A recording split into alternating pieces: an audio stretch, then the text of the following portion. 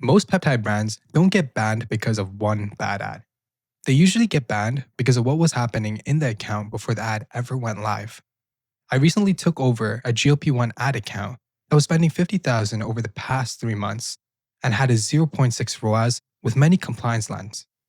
After rebuilding the account, I was able to spend 50,000 in just 1 month and get a 2.9 ROAS with no bans and no account downtime.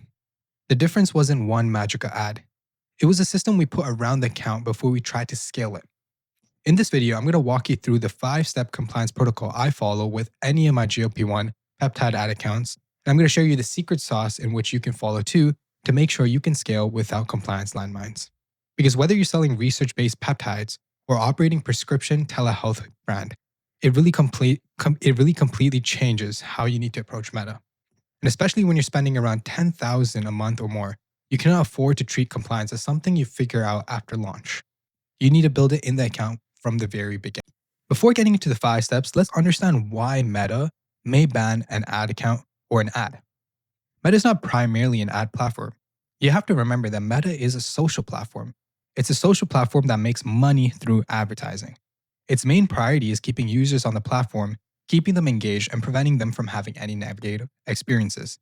So every restriction or rejection usually connects back to something Meta believes could harm that experience. That can include an ad making someone feel insecure about their body, presenting a potentially unsafe product, making an extreme medical claim, or sending someone to a business Meta cannot properly verify. This is why bans are not completely random. The platform does make mistakes, and the review system is definitely not perfect, but there's normally something within the ad account or a website or business setup that created additional risk. The goal of this protocol is to reduce as many of those risks as possible before you begin aggressively selling. I call it a zero ban protocol, and there are 5 steps. First step, identify your compliance lane. Second, warm up the ad account. Third, write the copy that does not trigger unnecessary reviews. Fourth, develop compliant creative. And fifth, gradually earn the ability to test more creatives and aggressive styles. So let's begin with the step most brands skip. Step 1, identify which compliance lane you're in. Before you create an ad, build a landing page, or launch a campaign, you need to identify what type of business you're actually operating. There are 2 completely different compliance lanes in the peptide space. The first lane is research-based peptides or research-use only products. These products are not being advertised as prescription treatments and not being positioned as products intended for direct human use. The second lane is prescription or telehealth. This includes businesses offering such as GLP treatments, erectile dysfunction, hair loss treatments, and other products that are prescribed and dispensed through a legitimate medical process. For these businesses, certification and platform-specific healthcare advertising requirements can become necessary before Meta allows the company to advertise. Meta does not personally investigate every healthcare company from the beginning. Instead, it relies on third-party certification providers, such as LegitScript, to verify that certain healthcare businesses are operating properly. That certification process generally looks at the entire business, not only the ads. That may include the medical providers involved, the pharmacy or fulfillment relationship, where the business is licensed to operate, how prescriptions are taken and issued, the claims appearing on the website, and how patient information is handled on the website. The company may also need to provide corporate documentation, healthcare licenses, pharmacy information, prescribing information, and details about the customer journey itself. That is not always a fast process. Depending on the business, the available documentation, and how quickly issues are addressed, certification can take several weeks or longer, but in many cases, we were able to find that we can get this process sorted out in just 1 week. There's also application and certification costs that can vary based on business model and certification category. This is why brands need to align and begin the process before they are ready to scale, not after their advertising account has already been restricted. The most dangerous situation is the middle ground. That is when a business sells peptides that are technically described as research use only, but the advertising, website, or customer journey strongly suggests that people should use them for specific human outcomes. For example, the product may be labeled for research purposes, while the ads discuss weight loss, muscle growth, recovery, hormones, or other personal outcomes. That creates a major disconnect. The business is presenting itself as a research use only product while marketing the product like human treatment. That is one of the highest risk positions a peptide company can put itself in.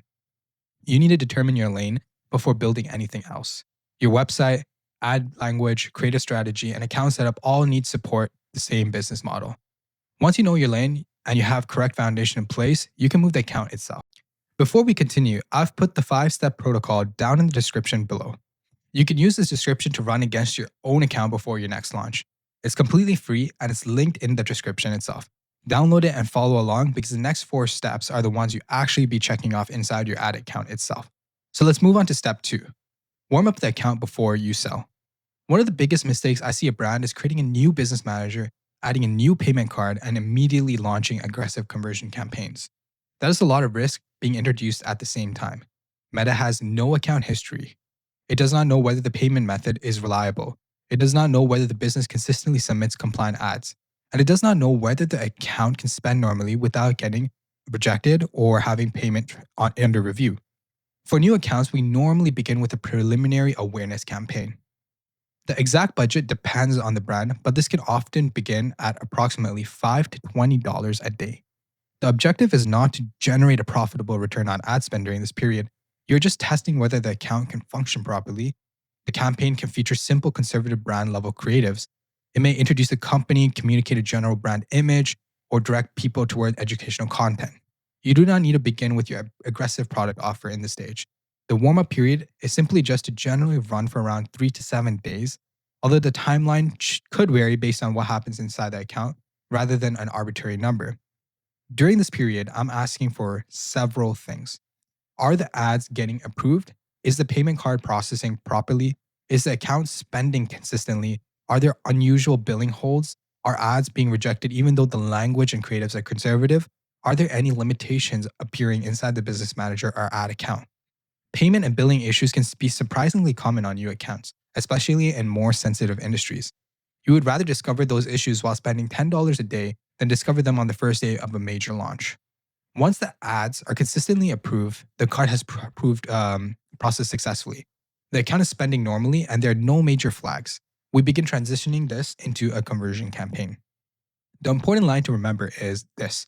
You're not buying results in week 1, you're buying a clean record. You're buying trust. That clean record will become important when you begin introducing stronger advertising angles later. Once the account is warm, the next major risk becomes the language inside the ads itself. Step 3. Write copy that doesn't trigger review. The headline and primary text are among one of the most heavily reviewed parts of your ad. Treat them as the most conservative part of your campaign, especially when the account is new. One of the most common mistakes peptide companies make is filling their copy with medical terminology. They mention the compound, the medication, the mechanism, the exact result, and the personal condition being treated all within the first few lines. Even when this information is technically accurate, it can create a higher likelihood the ad entering additional review. Early on, we generally keep scientific and clinical terminology out of the headline and primary text unless there's a clear strategic reason to include it and the business is properly authorized to do so. Instead, I begin with brand-level lifestyle-focused or service-focused language. For example, instead of writing, lose weight quickly with semaglutide, we may use something closer to personalized support designed around your goals, or a simpler way to assess professional guidance from home. Instead of directly promising a physiological result, the ad focuses on the experience, the process, convenience, access, or support. Another problem is language that implies that the person viewing the ad has a specific health condition or personal characteristic. You need to be careful about directly calling out the viewer. Copy such as, "Are you obese?" Or "Are you struggling with ED?" Or "Are you embarrassed by your body?" Can create serious compliance issues. Even beyond the medical claim, the type of copy makes the user feel personally identified or negatively judged. Remember the original framework? Meta is protecting the user experience. An ad that shames someone, diagnoses them, or makes them feel uncomfortable is more likely to be restricted. A safer approach would be speak generally. For example, explore personalized options supported by licensed professionals or convenient care designed to fit into your routine. The ad still communicates the value proposition, but it does not claim to know anything personal about the individual seeing it. The strategy we use is conservative first and aggressive later. That does not mean that ads need to be weak. It means we begin by testing hooks that communicate curiosity, trust, credibility, and process without immediately making the stronger possible claim. Once the account develops an approval history, we can carefully test stronger messaging. Conservative copy on a cold account is not timid marketing. It is how you earn permission to test more aggressively down the line. However, the copy is half of the ad. Meta is also reviewing the images and videos, and this is where many health brands create their biggest problems. And that leads us to step number 4, create ads that pass the review. The first rule is simple. Do not use traditional before and after creatives. First, the image may involve excessive focus on someone's body, exposed skin, or physical characteristics. Second, the ad is intentionally encouraging viewers to compare their bodies against someone else's transformation. That can create a negative user experience and is a common trigger for rejection. Even when the transformation is real, that does not automatically make the format acceptable for advertising. For GLP-1 and telehealth ads, you should be cautious with medication names, branded medication packaging, and identifiable prescription products. A safer early approach is often to use unbranded product imagery, lifestyle photography, professional provider imagery, or conceptual visual. But this creates an important creative question. How do you sell the idea of transformation without showing a traditional human transformation? You can use symbolism. Instead of showing a person's body before and after, you can communicate the idea through objects, environments, or storytelling. One example we have tested is using dolls or figures to represent a transformation concept. You could show a symbolic starting point and a symbolic outcome without displaying a real person's body. You can also use clothing, calendars, food environments, daily routines, progress makers, or different lifestyle scenes. The ad communicates that something changes, but it does not rely on body comparison. This is important because health ads still need to be engaging. Being compliant does not mean every ad needs to be boring stock photography of a doctor holding a clipboard. You can use curiosity, pattern interruption, and strong visual concepts. You simply need to create those concepts with the boundaries of the platform. For example, instead of using direct weight loss transformation, you can show a calendar with consistent days being checked off and use copy focused on building more manageable routines. Instead of using extreme claim, you can use curiosity hook, such as why are people choosing virtual care? The ad still creates interest, it does not make a risky claim immediately. The same escalation principles applies here. Begin with a conservative creative, build a history of clean approvals, then introduce stronger angles gradually. That brings us to the final step. Everything so far has been about staying safe. Step 5 is about how to stop playing completely safe without destroying the account. Step 5, earn the right to test more aggressive ads on Meta. Everything you've done to this point is buying permission. Now you can begin using that permission. Once an account has consistent approvals, stable spending, a reliable payment source, and history, and legitimate conversion data, we can begin introducing more aggressive creative angles. These are usually the ads that communicate the problem more clearly, create stronger curiosity, or connect more direct to the desired outcome. But we never introduce every aggressive angle at once. We test one variable at a time. For example, we may keep the landing page and campaign structure consistent while testing slightly stronger copy. If that passes and performs, we might then introduce a more direct creative concept. If you introduce 5 aggressive changes in the ad, a new landing page, new domain, a major budget increase simultaneously, you will not know what created the issue when something gets rejected. A rejection by itself does not mean that entire account is in danger. What matters is how you respond. When an ad is rejected, the first thing I do is identify whether it was an obvious mistake from Meta or whether the ad genuinely crossed the line. If the ad appears compliant and rejection looks incorrect, I may submit it for a review. However, I do not repeatedly appeal obviously risky creatives just because I want to run it. If the ad clearly contains problematic copy or imagery, I remove it. I correct the issue and submit a cleanup version. I also avoid making emotional changes across the whole account. One rejected ad does not automatically mean you should turn off every campaign. Look at whether the rejection is isolated or whether multiple ads and assets are being flagged. If several ads are being rejected at once, pause the risky test and inspect the complete funnel. The copy, the creative, the landing page, the domain, the business verification, and the compliance setup. After a rejection, I do not immediately duplicate this exact same advertisements 5 times in an attempt to force it through a review. That behavior can create a much larger issue. Correct the advertisement, allow the account to stabilize, and relaunch a cleaner version. The asset that compounds in this business is not only your creative library, it is your account history. Every clean approval strengthens that history. Every successfully processed payment adds to that history.